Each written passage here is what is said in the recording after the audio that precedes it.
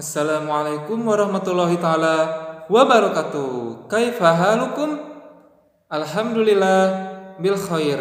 Innal hamdalillah wassalatu wassalamu ala Rasulillah wala haula wala quwata illa billah amma ba'du. Ikhwan dan akhwat soleh dan soleha dari kelas 4 SD Terraban Islamic School. Alhamdulillah kita bisa bertemu kembali ya dalam pembelajaran di tematik 4F. Nah, sebelumnya di tematik 4F subtema 1 kita membahas tentang metamorfosis. Ya, Ustadz menjelaskan tentang metamorfosis secara sederhana. Nah, Anda masih ingat kan di pembahasan sebelumnya Ustadz menjelaskan metamorfosis dari salah satu hewan, yaitu nyamuk. Ya, betul sekali. Tentu Anda masih ingat ya bagaimana proses metamorfosis nyamuk. Ada telur, ulat, kepompong, kupu-kupu. Taib, mumtaz, alhamdulillah. Nah, pada kesempatan hari ini di tematik 4F di subtema 2, Ustadz akan menjelaskan kembali tentang metamorfosis, namun dalam penjelasan yang lebih kompleks, penjelasan yang lebih luas, dan insya Allah semoga menjadi pengetahuan yang baru untuk Ananda. Ya, taib Ananda sekalian. Sebelum kita masuk ke pembelajaran, mari kita sama-sama mengucapkan lafaz basmalah. Bismillahirrahmanirrahim. Silakan Ananda buka buku tematik 4F-nya. Silakan untuk dipersiapkan buku tematik 4F-nya. Ustadz beri waktu 3 detik.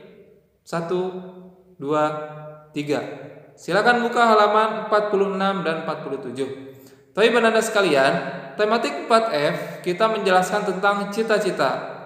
Nah, Ustadz kemarin menjelaskan juga sedikit tentang beberapa cita-cita yang mungkin sesuai dengan cita-cita Ananda.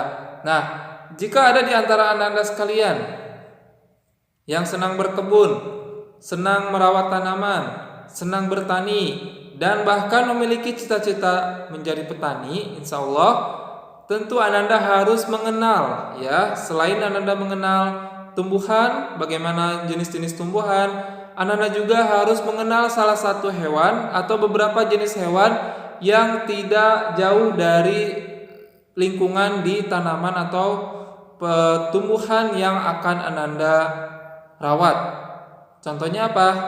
Belalang, nyamuk misalkan, capung. Nah, itu merupakan beberapa contoh hewan dan Ananda tentu harus tahu mana jenis hewan yang bermanfaat untuk tanaman, mana jenis hewan yang akan merugikan tanaman.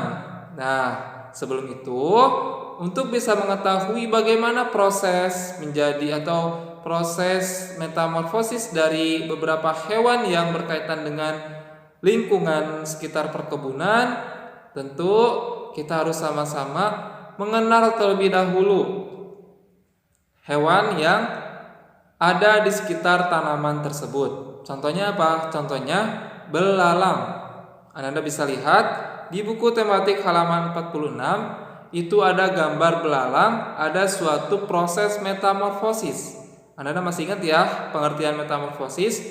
Nah, proses metamorfosis dari belalang Anda bisa lihat di gambar itu dimulai dari telur, kemudian menjadi nimfa.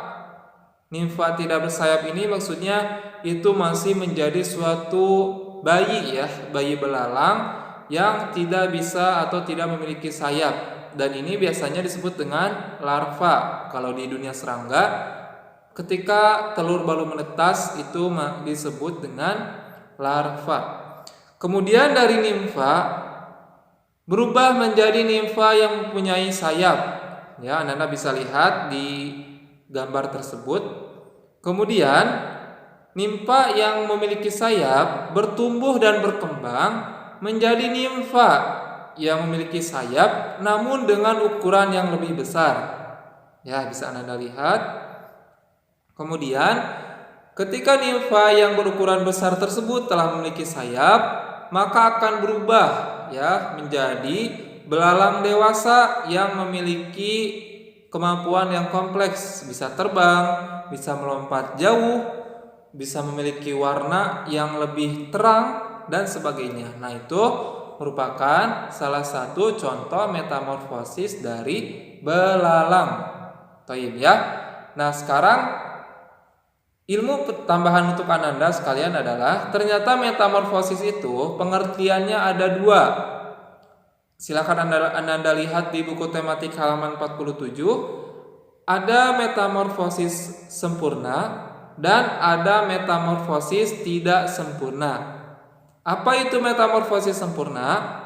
Metamorfosis sempurna adalah perubahan bentuk, ya, perubahan bentuk dan fungsi organ tubuh hewan sejak bertelur, menetas hingga menjadi larva, bahkan menjadi individu yang dewasa dan memiliki bentuk yang berbeda dengan bentuk yang awal. Contohnya apa? Hewan yang memiliki atau mengalami metamorfosis sempurna. Contohnya ada kupu-kupu dan nyamuk. Bisa Ananda lihat di halaman 47 ya. Ada proses metamorfosis dari nyamuk dan metamorfosis dari kupu-kupu. Silakan. Ustaz di sini akan menjelaskan proses metamorfosis dari nyamuk, karena kupu-kupu Ustaz yakin Ananda sudah hafal ya bagaimana proses metamorfosis sempurna dari kupu-kupu. Nah, metamorfosis sempurna dari hewan nyamuk ini berasal dari telur. Nah, telur nyamuk biasanya berada di genangan air. Nah, Ananda harus hati-hati ya dan harus menjaga kebersihan agar nyamuk tidak bisa bertelur di sekitar rumah Ananda. Nah, dari telur tersebut memerlukan beberapa hari, beberapa minggu, kemudian menjadi jentik nyamuk. Nah, biasanya pada proses menjadi jentik nyamuk, atau sekali lagi dalam dunia serangga itu disebut dengan larva nyamuk, itu kadang nyamuk ini tidak bisa bertahan lama. Artinya memerlukan suatu kondisi alam atau kondisi udara yang sesuai, yang mendukung agar nyamuk ini bisa tumbuh. Nah, dari jentik nyamuk atau larva nyamuk itu akan berubah menjadi pupa. Nah, pupa ini sejenis serangga yang sekilas berbentuk dengan ulat ya, tetapi ukurannya sangat kecil. Mungkin ketika di dalam melihat secara kasat mata akan sulit bagi kita untuk melihat hewan atau pupa ini. Nah, kemudian pupa ini berubah menjadi nyamuk dewasa. Oke, Anda bisa lihat di gambar buku tematik 4F halaman 47 ya, bagaimana proses metamorfosis dari nyamuk. Yang kedua ada metamorfosis tidak sempurna. Apa itu metamorfosis tidak sempurna? Metamorfosis tidak sempurna adalah perubahan bentuk dan fungsi organ pada tubuh hewan yang tidak terlalu mencolok. Artinya, perubahan yang terjadi pada hewan tersebut itu tidak jauh berbeda dengan bentuk awal. Ya, Anda harus pahami perbedaan metamorfosis sempurna dan metamorfosis tidak sempurna.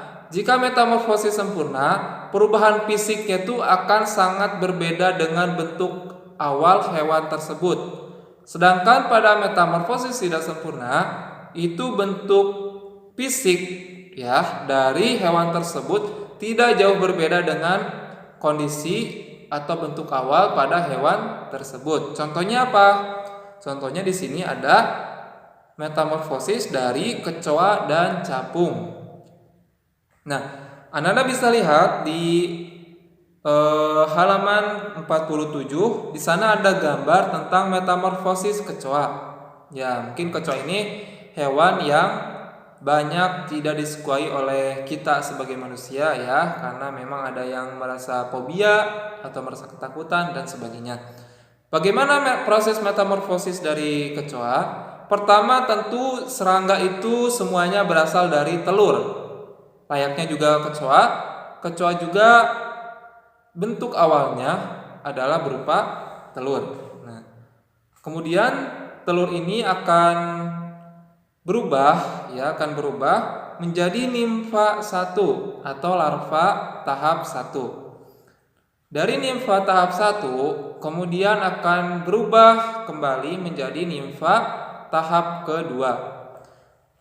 Setelah itu dalam beberapa waktu akan menjadi atau berubah menjadi kecoa remaja, ya, atau kecoa muda, dan berangsur berubah menjadi kecoa dewasa. Nah, ini contoh dari proses metamorfosis tidak sempurna pada hewan kecoa. Lalu ada capung. Bisa Anda lihat di halaman 47.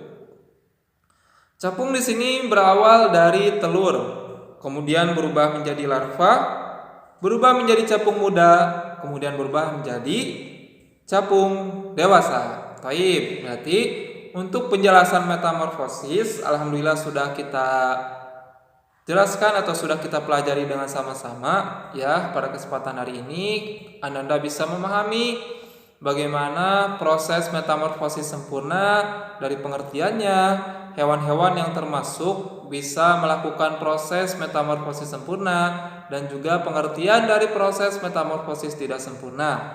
Taib, ya, halaman 47 alhamdulillah sudah kita pelajari.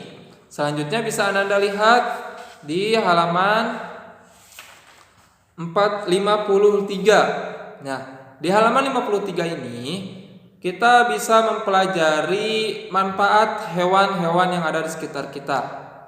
Ya, Ananda mungkin yang di rumahnya memiliki hewan kucing, ayam, burung, dan sebagainya, itu memiliki manfaat masing-masing terhadap kehidupan manusia. Contoh sederhana adalah ayam. Tentu hewan ini merupakan sesuatu yang merupakan hewan yang tidak asing bagi kita, sering kita jumpai di sekitaran kita. Bahkan kita dalam makan mungkin seringkali mengkonsumsi daging hewan ini, yaitu hewan ayam, daging ayam. Nah, otomatis Anda pasti tahu dengan jelas apa itu manfaat dari ayam bagi sekitar kita atau bagi diri kita. Yang pertama, bisa sebagai sumber makanan, ya, betul. Hewan ini atau daging pada ayam ini halal dan baik untuk dikonsumsi jika dilakukan dengan benar, dengan proses yang benar, ya. Selain untuk sumber makanan, ayam juga sebagai penghasilan, ya. Kita bisa menjual ayam potong atau menjual ayam utuh dan sebagainya. Nah, itu sekilas tentang manfaat hewan. Insya Allah Ustaz yakin Anda tahu, ya, hewan-hewan yang ada di sekitar kita manfaatnya apa. Misalkan ada kambing, manfaatnya tentu juga untuk dagang, untuk konsumsi makanan, untuk hal-hal lainnya yang bermanfaat untuk kehidupan kita. Taib, Anda sekalian, silakan selanjutnya kita beralih ke halaman berikutnya, yaitu halaman 59. Nah, di halaman 59 ini kita kembali membahas tentang sumber daya alam. Di tematik 4E kita juga sedikit menyambung atau membahas tentang sumber daya alam. Maka di tematik 4F ini kita lebih sederhana lagi atau lebih fokus lagi pembahasan sumber daya alam yang berada di sekitar kita. Tapi Anda sekalian, sekedar info bahwasanya sekarang kita sedang tinggal di daerah Kabupaten Bekasi, khususnya di Cikarang. Anda bisa memperhatikan di sekitaran Cikarang ini, kira-kira sumber daya alam apa saja yang berada atau yang terdapat dalam sekitaran rumah kita? Betul, ada tumbuhan, ya, ada air, ada angin, dan sebagainya. Nah, itu merupakan sumber daya alam yang mungkin di sekitaran, yang berada di sekitaran kita dan kita tidak menyadarinya. Bahwasanya di sekitar kita juga banyak sumber daya alam yang tentu, ya, bisa kita gunakan dan bermanfaat untuk kehidupan kita, seperti air, ya. Kita tidak bisa lepas dalam kehidupan ini dari yang namanya energi atau sumber daya air ini, untuk minum, untuk mencuci, untuk memasak, untuk mandi, dan sebagainya. Itu merupakan suatu kekayaan sumber daya alam yang berada di sekitaran Cikarang. Baik, untuk selanjutnya Anda bisa lihat dan perhatikan lagi kira-kira sumber daya alam apa saja yang berada di Cikarang. Anda bisa sebutkan dan Anda bisa tuliskan apa manfaat dari sumber daya alam tersebut. Tapi Anda sekalian, untuk subtema 2, alhamdulillahirobbilalamin, kita sudah sampai ke ujung pembahasan. Ustadz ucapkan syukron jazakallahu khair pada Ananda yang sudah menyaksikan video pembelajaran ini. Semoga bermanfaat untuk Ananda. Tugas ya, untuk tugas pekan ini Ananda silakan untuk mengerjakan soal yang sudah Ustadz kirim di e-learning. Silakan Ananda isi sesuai dengan kemampuan Ananda, sesuai dengan pemahaman Ananda, dan tentu kerjakan dengan jujur dan ikhlas. Ustadz pamit. Billahi taufiq wal hidayah. Wassalamualaikum warahmatullahi taala wabarakatuh.